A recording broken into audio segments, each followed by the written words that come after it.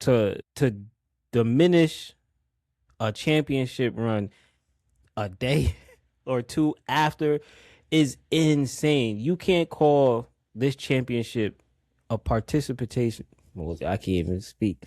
Boy, yeah, we got that's how hot I am. I might try to go get somebody better than him, kind of like they did in Cleveland and how y'all did to be the primary ball handler. I'm talking like you guys.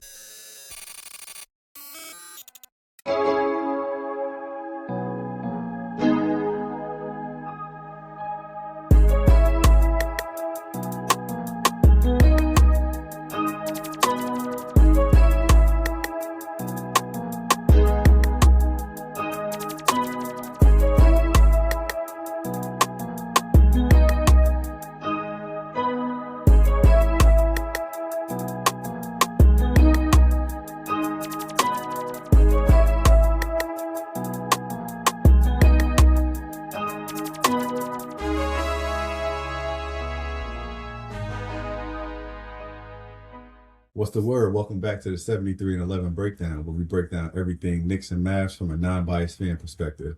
I'm your host, Rob, with the Knicks. We got the Mavs co-host over here to the left, Jay Dallas. What's the word, Jay Dallas? How you been? AKA Mr. Unguardable. He forgot that part. But I'll tell you about how I used to cook him back in the day, but we ain't going to do that. But he did say unguardable. He didn't say he was guard. So. That's crazy. I never got cooked. It was good. I enjoyed it. It was nice and chill, relaxing. The parade happened. Yeah. So I got to see, I didn't go, but I got to see how the city was lively, and even in Jersey, everybody was decked out in Knicks gear. Yeah, man, I got opportunity to go. It was a great experience. I see they said 2 million people were there, but it seemed like all the side blocks of the people that weren't allowed in, it looked like 5 million. I ain't gonna lie. So if everyone got in, it probably would have been the biggest parade in sports history. But it was still up there. 2 million people is a lot, and just getting to see those people all down Broadway, it was crazy. So I had a pretty good spot. I got there pretty early. I got there at like 6 a.m. Even when I got there, it was most of the spots were full. So when I first came out by City Hall, they dubbed me. I couldn't even get over there. But I made my way around. So I got to stand like that next block right after when they got to City Hall, where they were turning in all the floats. And it was a good experience. I got to see a lot of the players. I saw a few different famous people that were there. I got to shake Deuce McBride's hand. That was dope. I was standing right where Tyler Kolek got caught by the boys. They thought he was like a little skater or something like that, so they were dubbing him. But that was a crazy experience. Seeing some of the bench guys, they came over with the cup trophy. Dadier, Diawara, who else? It was a few of them. They all came down there. It was dope. Yeah. Got to touch the cup trophy. But like I said, it was a great experience. It was hot as hell. I thought it was going to rain, so I had my little poncho. I could imagine. I seen something online that said there was like 8 million people outside. It looked like it, bro. All the sidewalks, they were full. Like, I've seen a couple angles like with people recording, and they were showing all the different sidewalks. Like Reed, where I was standing, Fulton, all them blocks, they were full. I originally came out by the Fulton train station, and like I said, it was 6 a.m. and off rip, they weren't letting people pass that checkpoint. So I had to go back through the crowd, make my way around. But like I said, it was a dope experience. God willing, hopefully, we could run it back, go again next year. I'll bring you through so you can experience it. Nah, I might. Nah, but it looked good. All the videos I seen online were very entertaining. Just so many people outside, and didn't burn the city down. So that's a good thing. Positive energy out there. The only thing I did want to see is them take the Statue of Liberty. It was good vibes out there, though. I know a lot of people thought a lot of negativity will come from it. Like, so you see a couple videos go viral, but for the amount of people that were there and the NYPD that was covering it, it was a good experience. I didn't see no crazy interactions, and I was in the thick of things. Like, hopefully, like I said, God willing, if they can run it back next year, I'd like to make my way into City Hall to see the actual, celebration once they're in there. But in the meantime, I mean, Gen Pop. But yeah, also, you know, I want to say Happy Father's Day. We're recording this on Sunday, Father's Day, so I want to say Happy Father's Day to all of our listeners, everyone out there that's doing the damn thing as a father. Happy Father's Day. Yeah, Happy Father's Day. Shout out to all the real fathers out there. Yeah, definitely. It's my first one, so you know, it's great just being able to, you know, see little man wake up smiling, climbing on me this morning. I didn't want to get up, but here he go climbing, so put a smile on my face off rip. But he's a Knicks fan also, so we could talk about him, right? He half. Okay. He's half. 75-25. But yeah, man, I want to jump into it. Last week we touched on it a little bit with the you know, Mavs. With the draft coming up this week, that's a huge thing, especially for y'all having some lottery picks. So I want to hear from your perspective a little bit of the all-season recap. What are y'all looking to do? What do you think the draft's going to look like? So we'll start with the draft. I know you guys have pick 9.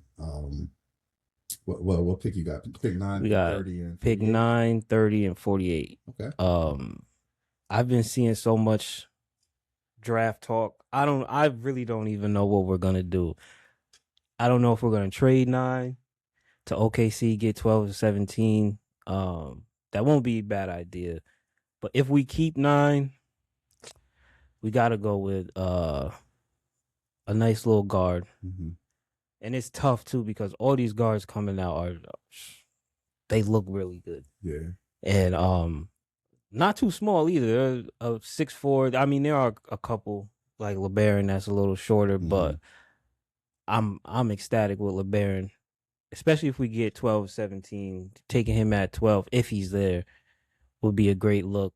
I just think we need to get somebody that can relieve the pressure off of Coop, can facilitate, help him play his natural basketball, and then he can, you know, play, make, and do everything as well. We've seen it this year, but someone to relieve pressure off of him. Obviously, we got Kyrie. If Kyrie stays, we got him to relieve a whole lot of pressure for him, but someone else that's younger coming up with him to relieve pressure would be good. I see a lot of Braden Burries. I like the pick. I see like a lot of people are like, I don't know, but someone who plays both sides of the ball is never a bad thing to have. Yeah. And well, let me ask you this. Obviously not giving any names draft wise, but what type of player comp would you want to see next to Cooper? Like what kind of guard? Like somebody that you can compare to in the league. Who would you think? Let's see. Realistically, I was gonna say like a Drew, but it's tough to anybody like I because I played point guard and my specialty was defense, even though you lied on me earlier. A floor general and a defensive minded guard. So like the Marcus Smarts, the Drew Holidays, even like a Derek White, less primary point guard, but someone who can play on that end and still create something of their own. Okay. So if you're going with that type of a guard, you're looking at the team bringing in a playmaker, like an off guard playmaker? Because I know like that player comp, they can be a playmaker, but like who would be your primary playmaker in that aspect? I feel like just how our season ended, it would be cool, but it also depends on our coach. Yeah. So I think it is important to have a coach before this draft, so we know what they're on board with as far as like offensive scheme and everything. But I would prefer a point guard who can facilitate more than that secondary, because we're gonna need it. Kyrie coming back healthy, but that's even if they're on the second unit, because most likely they probably will be. I need them to control the floor and run the offense and be that guy to be like, you know, I got this. Yeah. And so what would y'all do with those later picks? So do you think they go guard again, or what are you hearing? Because I know you follow a lot more Mavs pages than a Knicks fan like me would. Or I think if we get 12 and 17, we go guard and forward. Like a wing. Trade back. Yeah, if we trade back, we go we get the guard first, and then we go wing, or we go wing, double wing. I've been seeing that. But with 30, I would like to see a center, someone in the front court, because just off of what I see and what I don't see on the floor, we need another big. We've been hit with the injury bug for the past 2 seasons, and we need someone that can be available. Right. So I think that would be a big get. Especially there are some players at 30 that we might go with a 6'10" kind of comp, but definitely a front court option to pair up with Coop, play off his strength. I hate to be that person. But the injury bug, it's karma. Karma. Y'all losing them games at the end of the season. Yeah. Get that pick. We're not going to talk about it, but Derek Lively was supposed to be a Knick. Oh man, but it's all good. It is what it is. This is Knicks friendly fan. Knicks win the championship is still. That's what we're gonna do. We go later in the show. I'm gonna complain about some stuff. Jane Dolan was talking to me. For the meantime, he's still celebrating. So I spoke to a couple Mavs fans. Shout out to Kenny Tillman. My guy. He mentioned it. So I asked him a little bit on what he would want to do as a Mavs fan in the offseason. And I'm paraphrasing a little bit. He said, pretty much get rid of everyone. Yeah. He was like, but keeping Kyrie and Najee. Yeah. So I'm not mad at that. I seen that, and I ain't mad at it either.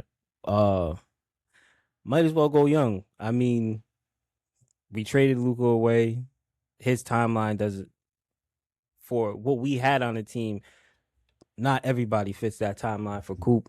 And J Kidd putting the keys in his hands day one, letting him roam free and do what's necessary to build up that confidence. I think going young is good. Right. Okay. Because I have a nice little place in my heart for all those guys, but it's hard to see Coop hoop and then the vets not mesh well with him or just underperform. It's like, if we're going to underperform, we might as well go young and build a team. Yeah. I think y'all keep Max. I'm not mad at keeping Max. I think he's still young.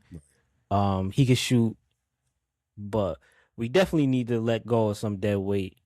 Sorry, guys, but it just hasn't been the fit it's supposed to be. With Luka, it was great, but seeing that these guys don't draw the defense in like he did for us, everyone's not getting those open shots that they were getting, and not a lot can create for their own. So yeah, we bring in some new young guys to just grow up and hoop a Coop and hopefully get some assets in the process.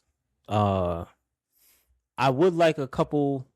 I would like 2 picks in this first round, but guys like Gaff, Clay, I'm cool with a second rounder this year or next year, but we definitely need draft capital. We don't have any for a little minute, so if we can get rid of some of those guys and get some future picks, that would be good. Shed some money too, if we can, but if we gotta take on a little salary dump, that'll be all right, as long as it's just for the year, and then we get capital with that. That's a good move by Masai and the team.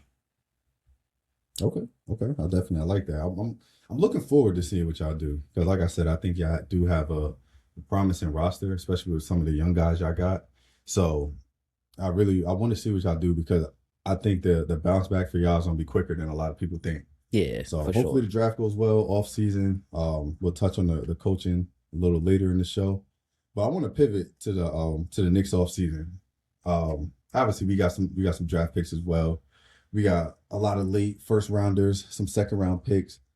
In the draft, I kind of want to see them get some more young athletic wings. I think they did a great job with that last year with getting Diawara in the 53rd pick, which is that's a great pick for somebody like that. The only thing is, will they be able to retain him this offseason? So, we'll see. I would like to see them retain him. He showed a lot of great things this season, showed the ability to hit the long ball, showed the ability to play some defense. He started a few games for us, big time games. He played in some of those, Christmas Day, the Cup games. So he played in some significant games, not much in the playoffs, but he showed if you put him in rotation, he'll make some things happen. So I want to see more young pieces like that. Not saying our young pieces aren't good now, but bring more in. Yeah, he got a good motor. I like him. Yeah, so he's going to be promising. I think the Knicks, they didn't play him much because they didn't want people to see that film on him and give him some offers so they could keep him for the low. But we'll see. Now, as far as free agency goes, it starts up July 1st. The Knicks, they have the bird rights with Cat and Mitchell Robinson and Shamet. So we'll see how that goes. James Dolan said the day before the parade, he's not going into that second apron. So I do think they still will. Because at the end of the day, he is signing the checks. But Leon Rose, I think he's going to give them a compelling reason on why they should go into the second apron. There's a lot of ways that it hurts teams once you do go into there, but that's more so if you're not contending. Yeah. If you want to bring back this same roster, you're going to have to. And I was going to say, for a championship caliber team, the second apron is where you're going to be. Mm-hmm. And coming off, seen, 4 teams since it got changed? I think Boston, Cleveland was in the second apron this year. The Suns, when they had KD on them, and it's another team. Terrible. But Boston showed that you can get out of it really quickly. With all the moves that they made, they got out of it and still contended. And you have the players to do so. Like everyone wants to Drew. I don't know about KP, but someone wanted him, and you have guys that are wanted, and this playoff run showed you gotta keep this team together, baby. Yeah, and the only reason Boston came out of it was because Jason Tatum got hurt. If Jason Tatum doesn't get hurt, they feel like they're a championship contender from the beginning of the season. So they don't make all those moves in the playoffs. in the offseason. They still were able to contend. So they showed that you can get out of it and still, they really didn't contend. They made it. They made it. No one expected them to get there. Right. So exactly. that's a good look for them. Yeah. So you see, like, Cat, he's able to sign his extension this offseason. I want to say Josh Hart is extension eligible. I think they're probably going to try to get those two to take some type of pay cut to keep the team together. And Cat was on, what show was he on? But he mentioned that, he was talking to Shannon Sharp. Mm-hmm. And he said, if the guys are willing to, like, make this thing work again, I'll take a pay cut. I don't know how serious he was. JB did it, so he showed that, it's still something that if you take that pay cut, you'll be able to still contend. So we'll see. For sure. I want to see if he actually does that.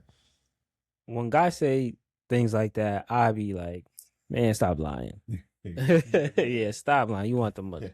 But when Cat said it, I really felt like he was genuine. He's like, $100 million is a lot to leave on the table, but we don't know if he has to leave $100 million on the table. JB's was he might crazy. Need to leave a little bit. But I got to do the research on what he's eligible for. I know it's a pretty penny, but if they want to run it back, probably gonna have to.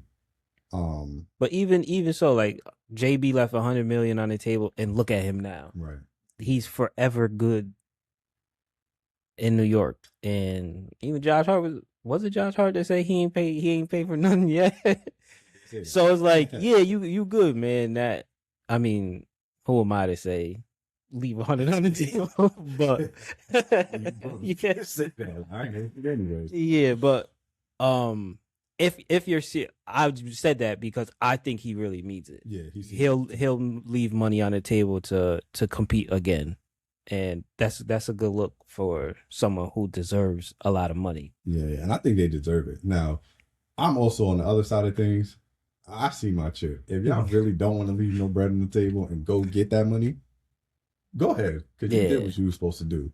One chip after 53 years. Obviously, you want to, as a fan, I want to see them run it back, see if they could get another one. But I'm also not one to tell someone don't go get the money that they rightfully deserve. Yeah, but some players aren't playing for money. Some are playing for legacy. Yeah, so I know we see a lot of players that do play for money, but there are rare ones that really like it. Really, really means something to them. Not that it doesn't mean anything for everybody else, but it means something different.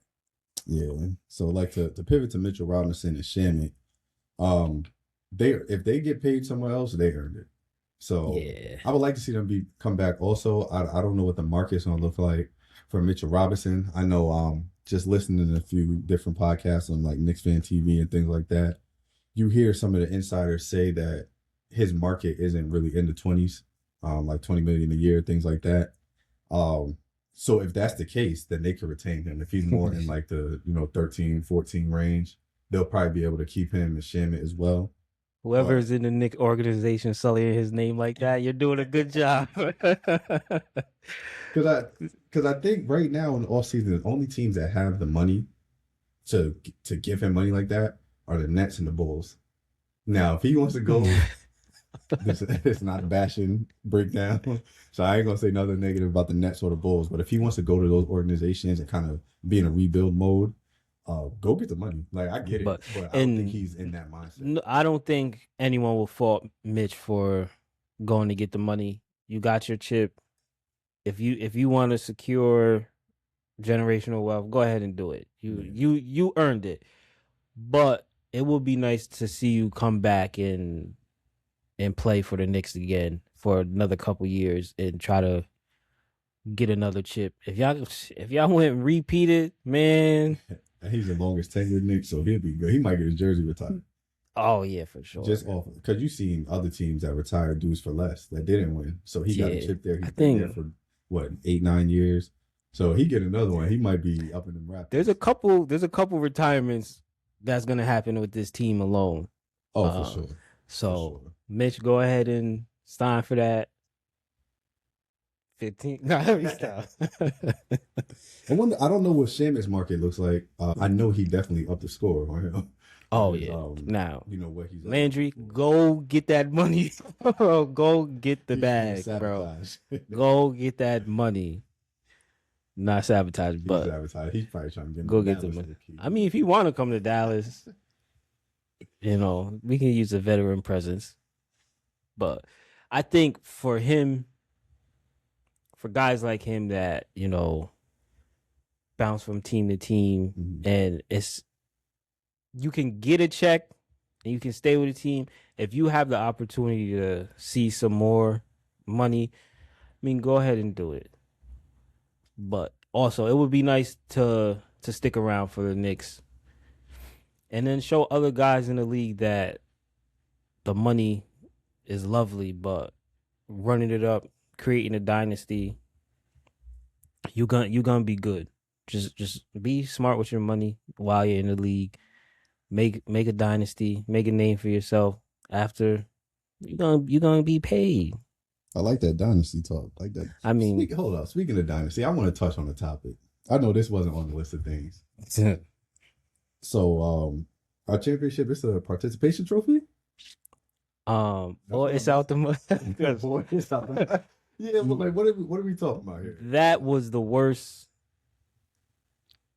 I don't even know what to call that. That was just a clear. Now I know we're supposed to be unbiased people here, but it's not you saying it. The Knicks slander is insane. To diminish a championship run a day or two after is insane. You can't call this championship a participation. I can't even speak. Boy, yeah, we got mad. That's how hot I am. You can't. These 3 games and 2 games by 1 point to lose, and you saying they just participated is ridiculous. Just because they didn't win 2, the season just ended. You didn't even give them a chance to win 2 before you call it a participation. Look, yeah, I can't even say it. But the thing with that is, say that is how he thinks, which is stupid. The last 7, it was never mentioned. Like when OKC won it. They didn't say it was a participation trophy. You see how I got that right? Nah, yeah. I'm just so hot. But yeah, when I see that, me and you laughed about it. You and I laughed about it, and I didn't take it serious. It's like Knicks for clicks. You know how that goes. What about Denver? No participation trophy for them, and they haven't. But I'm saying, like, the past years, we still look at Joker as the best or second best player in the league. Yep. And there's nothing for him. Nothing for Shea. This was his second year to get it. He didn't get it. It's just ridiculous. When it comes to the Knicks, there's certain stench around it. Like, we have to talk bad about them. Even though they just became champions, we have to say something negative about it because it's the Knicks. Yeah, I think the parity in the league is good. I like seeing 8 straight different champions because it shows that when one team wins, these other teams are locked in. Like, all right, that's the format right now. Let's reshape our team, figure it out. One thing that I like that the Knicks did specifically, and OKC kind of did the same thing, even though they structured the rosters a lot differently. OKC going through the draft, Knicks making some key signings, some key trades, but they kind of let the team learn together without making too many moves. OKC, they lost a couple of years in the playoffs before they seen that, all right, right now what's killing us. We lost to the Mavs last year. It was Biggs.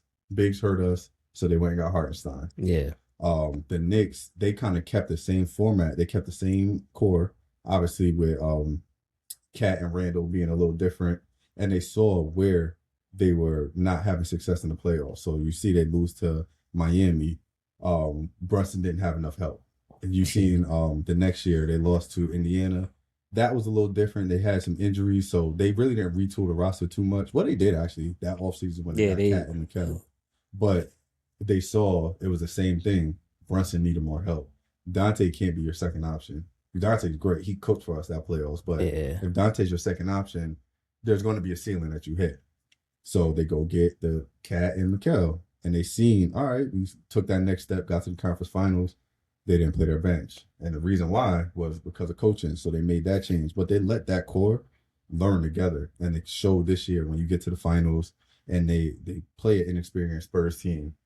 The Knicks been through so many battles with Indiana the past 2 years, Miami, even like Mitchell Robinson not being able to play in that 2021 series against the Hawks. That helped him a lot because now he knows. You could kind of tell who's playing with a desperation. Like, I'm not taking this for granted. I missed the playoffs. I missed like 3 playoffs already. So now I'm coming out here. I'm a battle. I don't know if we're going to get back. So just seeing the Knicks being able to, play through their mistakes these last couple of years. OKC did it when they won. Denver, they kind of had the same thing. I'm skipping over Boston, but Boston, they're kind of the same way. All those teams had a core that played together and had hardship. Yeah. So that's where the parity comes in. I think these teams that have success and then lose in a kind of demoralizing fashion, those are the teams that come back and win. These teams that are putting rosters together real quick, they're not having success. So I know that was long-winded, but that's but it's true. And the fact that it's not easy to get there again after winning should show how tough it is to actually get there. Because talk about the same 2-3 teams in the West, like, oh, they're the team to beat, and they're never the team to beat. Like, I don't want to keep harping on Denver, but it's always been, best player on the floor, got the advantage, and you get outplayed by Jaden McDaniels, and it just shows every year is different. There's going to be somebody either hungrier or just working harder, and they didn't even get there. Yeah. So participation trophy is absurd. Yeah.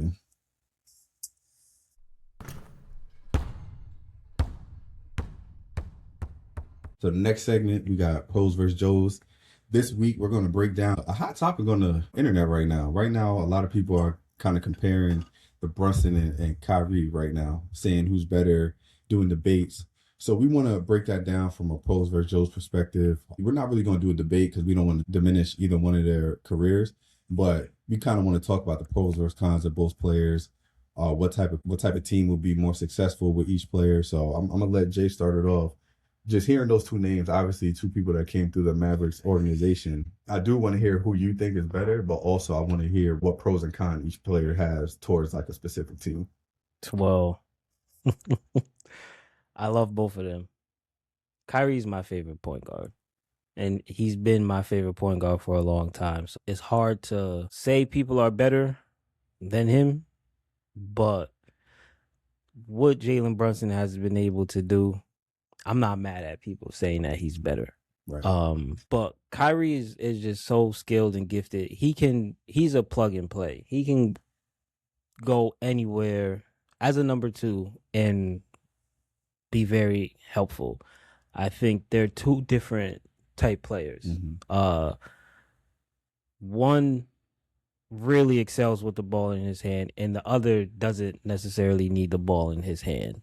And when you take the ball out of JB his hands, it sort of limits him to what he can do, because he's gonna draw the defense. He's gonna take those big shots, and Kyrie can move off the ball. He can off screens, like whatever, play the post. You both play the post, but he doesn't need the ball in his hands. Now, if you just put the ball in his hands, he's still going to be effective, but not at his best. Mm-hmm.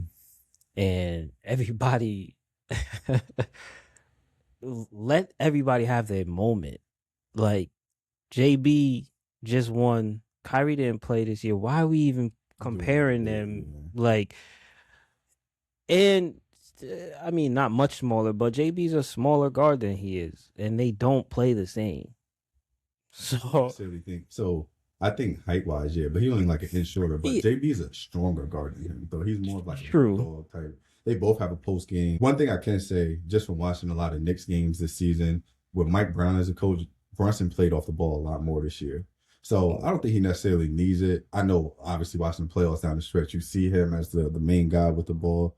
But this year, we got to see a lot of Brunson off ball, even in the playoffs, actually, with Cat being the hub. Mm-hmm. And JB was able to still put up the same numbers, a little bit more efficient. So he showed that he can do it. Now, Kyrie, I think he's, like I said, I don't want to diminish anybody's career. He had a lot of success with Bron. He didn't have much success prior or after. He got to the finals, but obviously didn't play well. But I think comparing the two right now is dumb. Because I personally think, this is going to sound crazy, them two could work on the same team together, which is crazy. Yeah. But just talking about Kyrie himself, he's a really shifty guard. He finishes well at the rim. They both not the greatest defenders, but they give energy on that side of the ball. We got to see Kyrie on the Mavs. He does shell out that energy. Brunson, we got to see him in the playoffs. Even if you don't think they're great defenders, they're still going to put the energy. So that side of the ball is kind of a wash. Offensively, they're giving you the same numbers, just differently. They both, Brunson is really, they're both ISO heavy. Brunson a little bit more, and he gets to his spots. We always laugh at 520 where they show Brunson's highlights and they say it looks like the same highlight every time. I love that, because that means he knows his game. He doesn't try to go out and do something that he's not capable of doing, which he pretty much is comfortable anywhere on the court, whether it's posting up, mid-range, knocking down the 3 ball, and being able to see him do the same thing every night, and other teams see this, so they're on synergy or whatever they use, and they watch him do this every night and still can't stop him. I think that's more like, you shouldn't downplay that with somebody. You should be like, damn, that he's really unstoppable at that. Now Kyrie, his bag might, aesthetically, his bag is a little bit deeper. People just like watching that. They see him do the tween, all that.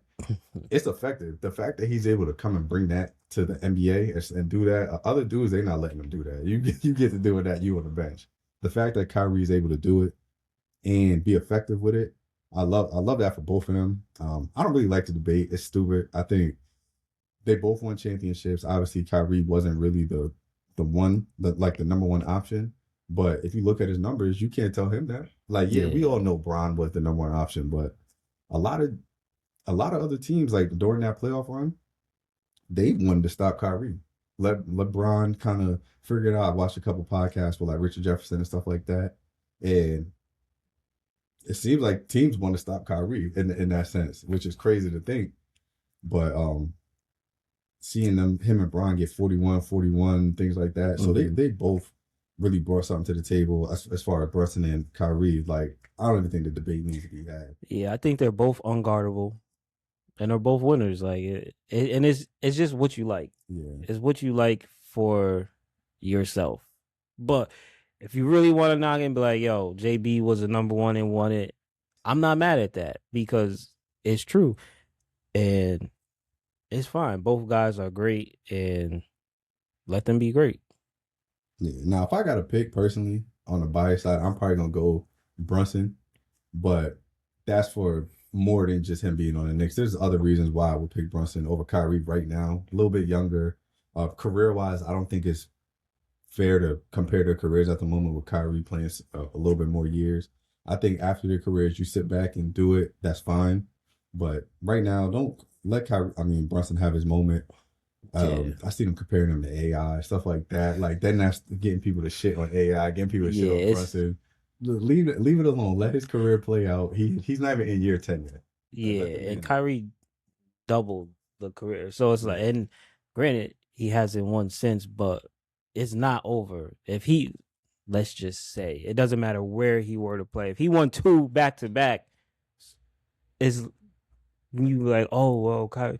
No, let him finish out his career. Let both of them finish out their career, and then we can have an honest debate about who's better. But yeah, and I think so. I'm gonna take a step back and think of it in like a coaching perspective. It really just depends on what roster you have. So if I have JB on my roster, I'm gonna want to build around him a little bit differently. So say I'm gonna put it in a college aspect.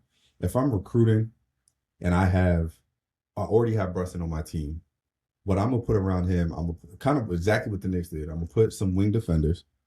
I'm gonna put a guy like Mikal and OG, guys that are able to make shots, but also they're gonna make up for some of his differences on defense. Because he is small, there's gonna be times where people are just gonna try to take advantage of him. So you can hide him if you put him on somebody that's not too offensively gifted. So I'm gonna do that. I'm gonna get some floor spacers. So that's gonna be the Cats, the OGs, the Shamits, dudes like that are going to be able to space it out so he could get to his spots. He eats in the mid range, so that's going to be my roster build. The bench is kind of the same way. Pretty much, they're going to be guys that complement the starters that I already mentioned. Josh Hart's the wild card. What makes them work is the fact that they play together. But when he's in his mode and he's not really shooting, that's what it kind of clogs the lane. But anyone who watched Josh Hart in college, obviously I'm a Villanova fan, so I watched him through college. He was the Big East player of the year. He was leading, I don't know if he didn't lead the Big East in scoring, but he was a big time scorer at Villanova. So he has a capability. So you see these times where people leave him open and he finally decides, like, all right, yo, I'm about to shoot. And he gets to knocking shots down because he came from that. He has that pedigree. He knows how to do it. But he got so used to playing that role of, let me be the rebounder. I'm going to crash the glass. I'm going to get out in transition. So he kind of loses that confidence sometimes. Those are the times where it hurts JB because it's like, all right, your man is in the lane, bro. You got to shoot the ball. Now, if I got Kyrie on my team, I can build the team a little bit more versatile because you've seen how he played with Luka. Are we going to have him as the number one guy, your number one guy, or just you already have him and you're building? So I'm going to do it the same way. I already have him and I'm building the roster. I don't know if he needs the same. He wouldn't need the same floor spacing because they kind of occupy the same parts of the court. JB, I think he shoots a couple more threes than Kyrie. I don't look at the numbers. So I don't know for a fact, but he might shoot a little bit more threes, but they occupy the same mid-range area. They post up as guards. So realistically, I would put kind of a similar roster. I might try to go get somebody better than him, kind of like they did in Cleveland and how y'all did to be the primary ball handler. I'm talking like him playing with Bron really showed like, all right, he's playing off the ball. You really can make him a 2-guard. Yeah. So if you want a small backcourt, you could go get like a mini Bron, whoever that is. I don't know, but somebody that could get triple doubles and things like that. Luca was. You could. I was about to say you could say his name. It's okay, bro. That's not really what I was thinking, but Luca really does the same thing as Bron.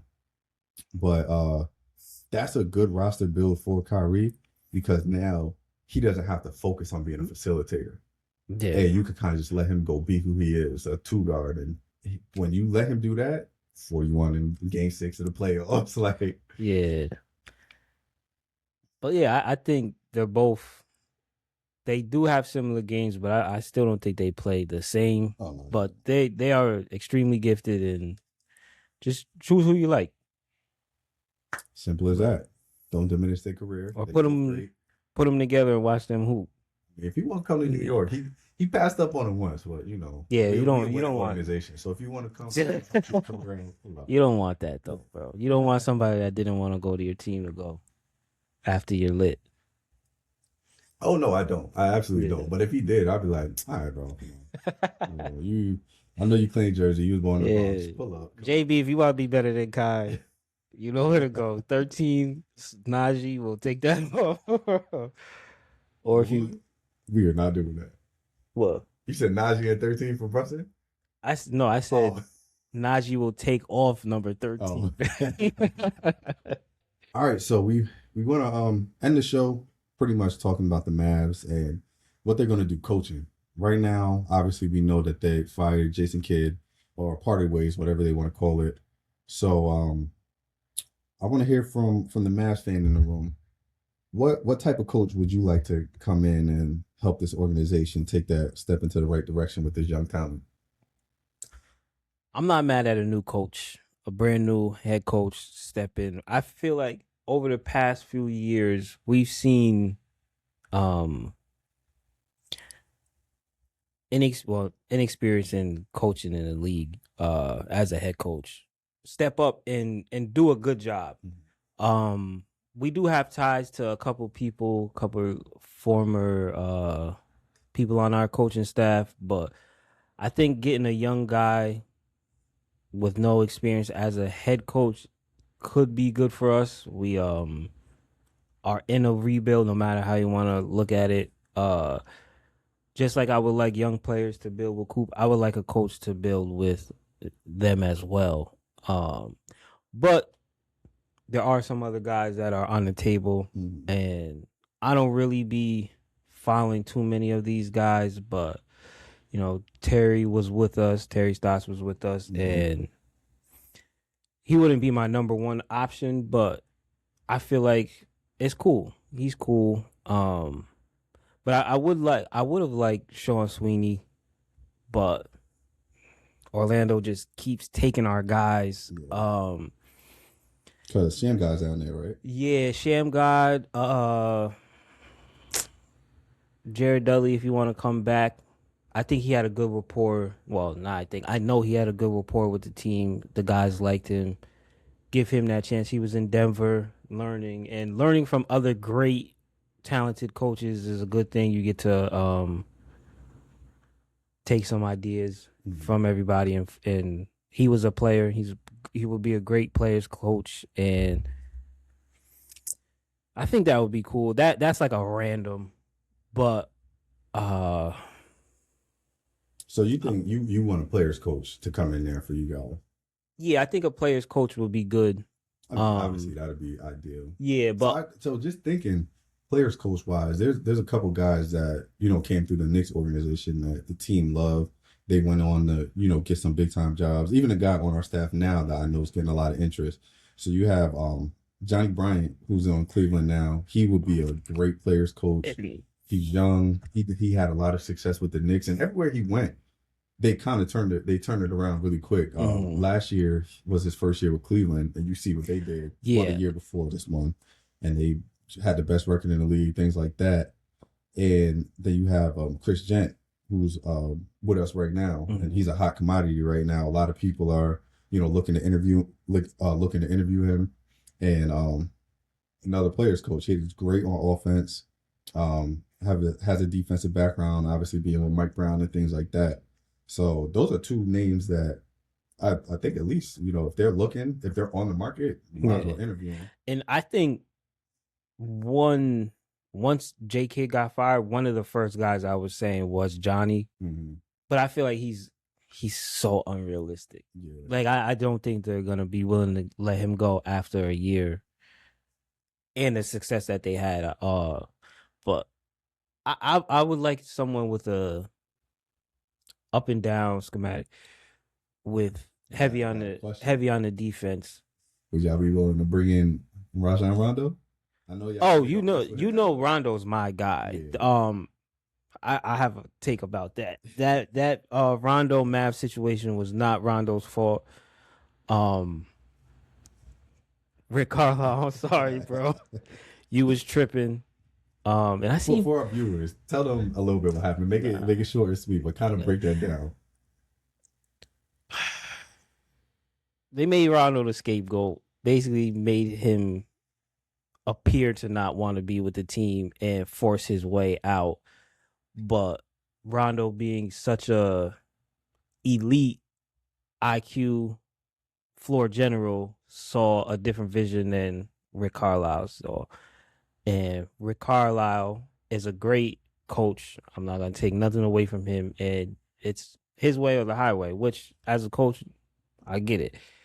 And then it just didn't work out. But I don't blame Rondo. I mean, Rick, I can't blame you either. Sometimes players and coaches just don't match. They don't match. I don't think it was like one or the other's fault. I think it just wasn't a. And this was a while ago. What was his action? What? Yeah, this was 12, 13? Yeah, this was a minute ago. Nah, it was after our chip run. Yeah, but I think it was like 13, 14. I can't remember. But the reason I asked, obviously, Rondo's somebody that a lot of people are saying he wants to get into coaching. He coaches like his son's AAU team and things like that. Basketball savant. So it'd be great to see him on the sideline, coaching the team. Obviously, he's young. He'll be a player's coach. Yeah, he would be amazing, I think, because then you have, if we draft a guard, it'll be another J Kidd situation where you learn from an elite floor general, a championship pedigree person, and a Hall of Fame caliber player. And who doesn't want that? But yeah, I be seeing people, especially they be going to college, getting coaching jobs. I'm like, that would have been a nice get. But I think Micah Nori with the Timberwolves? I think he would be a good fit too. Okay. They mentioned John Shire. Obviously, he coached Who. Yeah. I think that's unrealistic. I think he's staying with Duke. I think to be the guy at Duke is more appealing than coaching your former player. But keep trying. Keep trying. I'm all for it. But I just think his Duke ties are and I think too good to pass up. Especially at that level, they have more they have more fame and stuff like that. So they can get them crazy deals. They kind of get all types of leeway with the program. Obviously, they bring their own roster in. So I don't know. You see a lot of guys don't have that success going up, like Billy Donovan. He's done well, but he had more success in college. Other dudes, but I don't know. I want to see what about some older coaches that lost positions. I was about to say Billy's cool. I would rock with Billy. Did Jamal Mosley get it? Jamal, yeah. Actually, because I thought. Nah, he did. I recall. I can't remember but I'm sure. Yo, I fuck with Tibbs. He's not gonna play nobody, but if we go young, that's ideal. You get to learn that 82 game role schedule. I love Tibbs. Playing. He's a ceiling guy. He's gonna get your roster where it needs to be, and then you kind of bring in the next horse, like take it to the finish line. But I love Tibbs as a coach. Malone, I'm not mad at. I don't even know. They're gonna set the standard. That's one thing with them older coaches.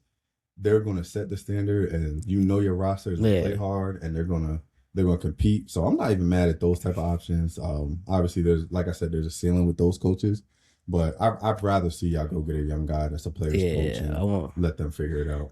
Yeah, because like we seen young guys get early success, and just being able to control their locker room and their playbook is a great feeling. And especially now that we're starting from the top down fresh, might as well get a new coach, young guy, and give him the opportunity.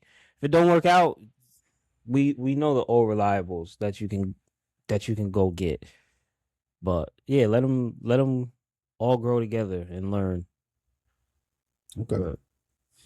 But yeah, man, that's another episode of 73 and 11 breakdown. Definitely after the first episode, we got a lot of great love, a lot of feedback. Yeah, so appreciate y'all. Yeah, definitely appreciate y'all. Anytime you get a chance, share everything that we got. Like, subscribe, share, comment. Let's run this up. This is something it's for the fans. We definitely love the feedback. Like I said, right now we're on YouTube, Instagram. We got a TikTok coming.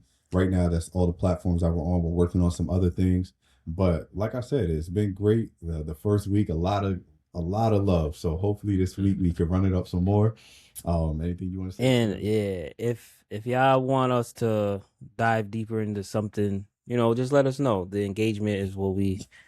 Here we go. You was talking crazy earlier, but I let it. I was. Yeah, but it's all right. If you want us to speak about another thing that we didn't cover or haven't covered yet, just let us know. The engagement is what we're doing it for. We want all the fans to have a place to come talk about their favorite teams.